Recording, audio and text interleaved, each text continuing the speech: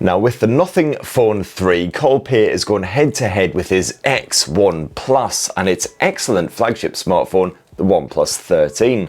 Although this pair are actually about as similar as an aardvark and a bowl of cold custard, apart from the price tag that is. The Nothing Phone 3 starts at 800 quid, while the OnePlus 13 can be snaffled for about the same right now, just over £800. So if you're torn between the two, which one is actually worth your lovely cash? Well, I've fully reviewed both the Nothing Phone 3 and the OnePlus 13. This is my full side-by-side comparison. And for more on the latest and greatest tech, please do subscribe, ding the old notifications bell. Cheers!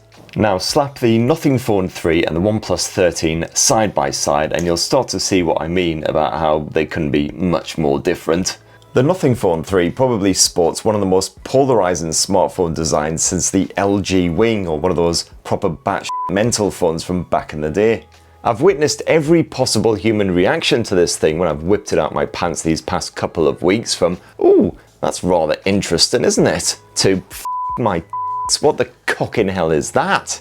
Personally, I rather like the seemingly erratic design of the Nothing Phone 3, although I reckon if anything Colin Core have probably put a bit too much thought into that. But when it comes to the design, I wouldn't blame a single soul for siding with the more conventional looking OnePlus 13. My beef with the Nothing Phone 3 isn't the slightly bizarre back end, it's more that the rest of the phone is just far too iPhone-y. Proper chunky, perfectly flat edges, nowhere near enough curves, so it doesn't feel amazing in the hand, if not particularly uncomfortable either. And it's also a bit of a slippery wee bugger. You don't have any camera bumps to rest your fingers on or anything. Just about get your fingertip on that one there.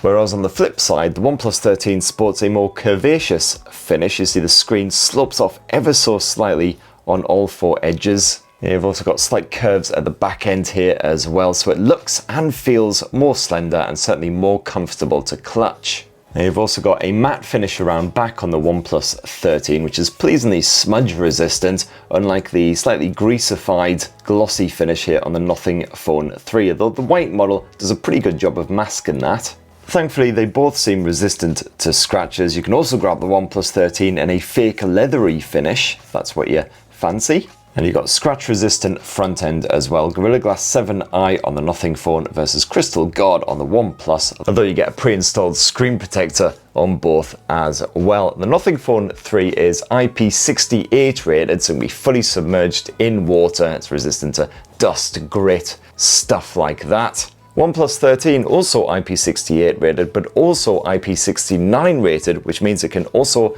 tolerate a severe spurting with any kind of liquid. I say any kind of liquid, it's mostly just water. I wouldn't test it too hard on that front. Don't go dousing it with custard of the man variety or otherwise. Now, even though both of these phones are running a nice bit of Android 15, the overall software experience pretty different. You got Nothing OS running on the Nothing Phone, obviously, and a bit of Oxygen OS running on the OnePlus. But these are absolutely two of my favourite manufacturer launches in 2025. On the software support front, let's just get into that first. You've got 5 years of OS updates and 7 years of security patching promised by Nothing for the Nothing Phone 3. OnePlus not quite as generous, 4 OS updates and 6 years of security patching, so still pretty good. Would have preferred maybe an extra year or two of the OS updates, certainly for a flagship smartphone, but hey ho. Now, to actually unlock these smartphones, it's an in-display fingerprint sensor, but it's a basic optical scanner here on the Nothing Phone 3 and ultrasonic on the OnePlus 13. The difference being that the Nothing Phone 3 simply reads a 2D image of your print, whereas the ultrasonic scanner on the OnePlus 13 actually captures a 3D image of your fingerprint, so it's a bit more reliable if your hands are a bit moist or mucky for whatever reason. Don't worry, your Uncle Spurt does not judge. Now, both phones feature basically all the features you would expect from a flagship, including eSIM support. You've got a respectable amount of customization, even more so on the OnePlus 13, where you can even configure the likes of the fingerprint animation. Both of them feel very smooth and slick with everyday operations. Those animations nice and quick and responsive. Although I do prefer the overall styling, I would say, on Nothing OS, from the monochromatic icons to the funky widgets with a bit of dot matrix styling. And both these blowers boast a bonus button as well. Good bit of alliteration for you there, kiddies. You've got the essential key here on the Nothing Phone 3 versus the alert slider on the OnePlus 13. The essential key allows you to quickly capture any information that you need to store for later. You can add a note or a voice note if you like. Check out this episode of Tales of the Unexpected later this afternoon with lunch. This then gets stored away in the essential space, which you can access with a double tap of the essential key. And then in here you'll be able to access all of your previously saved memories, which as you can see they are summarized by the AI. You can even set tasks for you. So here's the one we just set up, complete with that audio snippet, etc. And as you can see, it is also set a task, which I can then alter, can change the date or the time if I need to. Versus what is probably the last ever incarnation of that alert slider, which I shouldn't need to bang on about because surely everyone knows what this does by now. It flicks you between silent, vibrate and ring modes. The OnePlus 13 doesn't sport an essential space type feature, but it does have an intelligent search which can route through all of your files and folders and everything, scouring your documents for important information that you're after, as long as you don't mind it doing that, basically.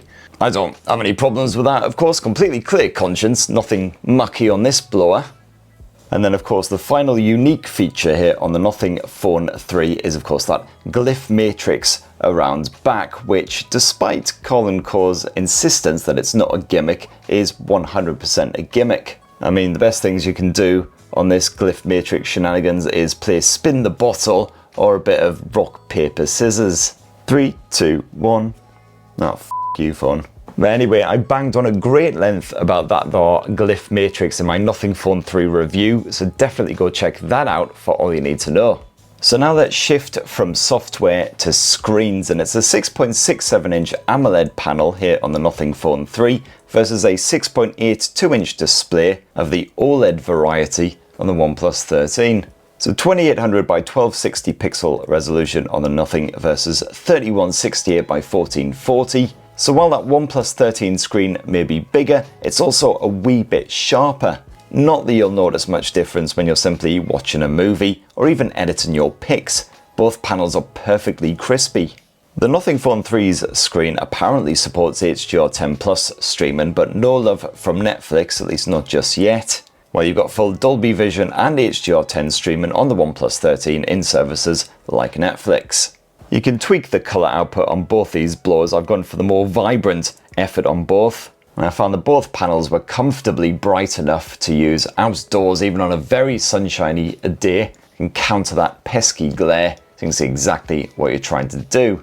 And both manufacturers looking out for anyone who suffers from migraines from the OLED flicker as well. You've got 960Hz PWM dimming on the Nothing Phone 3 versus 2160Hz on the OnePlus 13, so hopefully more effective on the OnePlus. And both these flagships max out at 120Hz refresh as well, but it is just LTPS tech on the Nothing Phone 3 versus LTPO on the OnePlus 13. So that OnePlus should be slightly better, the old power conservation.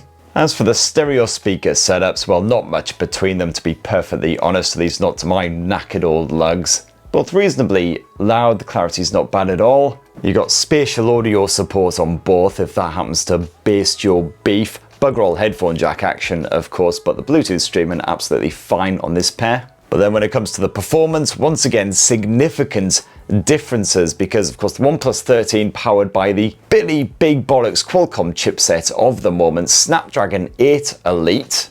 Whereas Nothing has decided to cheap out a wee bit and go for the Snapdragon 8S Gen 4 instead, which is typically found in more affordable blowers, the likes of the Poco F7. And in both cases backed by 16 gigs of RAM. So of course the everyday running absolutely fine. You can run bugger loads of apps in the background, no kind of slowdown. But when it comes to the gaming, well, the OnePlus 13 can happily smash through a good bit of Wuthering Waves on the highest graphics settings for as long as you want, or at least as long as the battery holds out. Not much heat build-up to speak of. Unfortunately, try doing the same on the Nothing Phone 3 and this thing gets hotter than Icarus's nads with just a wee bit of Wuthering Waves action. It's not quite so bad if you don't boost up the graphics, but as soon as you do try putting a bit of pressure on this thing, it really does heat up. And the Nothing Phone 3 also sports a more basic gaming mode versus the quite complex affair on the OnePlus 13. So if you're after a dedicated smartphone for a bit of mobile gaming action, well, it's OnePlus 13 all the way really. It's such an obvious, zero brains required decision that even a Geordie could manage it after the obligatory lunchtime dozen pints of Nuki Brown. And certainly on paper, the OnePlus 13 is again the victor when it comes to the battery tech, because you've got a mighty 6,000 mAh capacity cells stuffed inside of the OnePlus 13 versus a still highly respectable 5,150 mAh battery in the Nothing Phone 3. In fact, if my memory isn't a complete sack of donkey turds, which it almost certainly is thanks to the tragic combination of age and whiskey, it's actually a pair of 3,000 mAh cells in the OnePlus 13.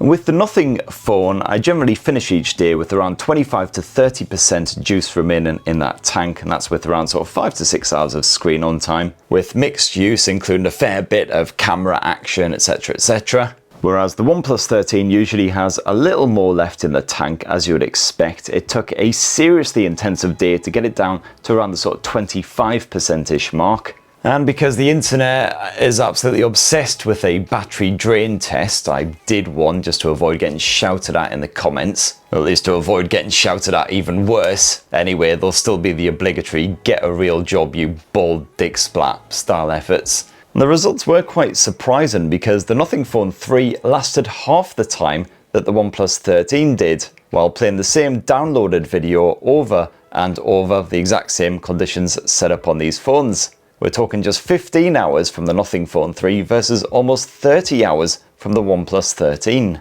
So there you go, if you literally want to spend an entire day just watching movies or TV shows, I guess the OnePlus is the one to go for. And slightly faster charging on the OnePlus as well, despite the fact it's got that larger capacity, because you've got 100 watt wired charging support versus 65 watts on the Nothing Phone 3, which is still pretty nippy for a modern flagship. Certainly a modern flagship that isn't Chinese. But the OnePlus 13 does support 50 watt wireless charging versus just 15 watts on the Nothing Phone 3. Alright kiddies, we're reaching the end, so let's conclude this lovely wee side-by-side comparison, the squint at the old camera tech. Now the Nothing Phone 3 sports a triple 50 meg camera setup. You've got a main 1/1.3 inch sensor, plus a periscope telephoto shooter with 70mm equivalent focal length and 3x optical zoom, as well as an ultra-wide snapper. While on the OnePlus it's another triple 50 meg setup. This time it's a 1/1.4 inch main sensor, plus another telephoto shooter with 3x optical zoom, and those ultra-wide shenanigans. And it's a reasonably similar camera experience on both of these smartphones. You've got the usual variety of camera modes, including the obligatory portrait mode of course, and a pro mode which allows you to capture images in RAW format, but of course for the majority of my testing I just stuck with the regular photo mode like most folk will do. And I gotta say, most people should be perfectly happy with the Nothing Phone 3 just using it as an everyday snapper, but its limitations are rather obvious when you do test it side by side with something like the OnePlus 13.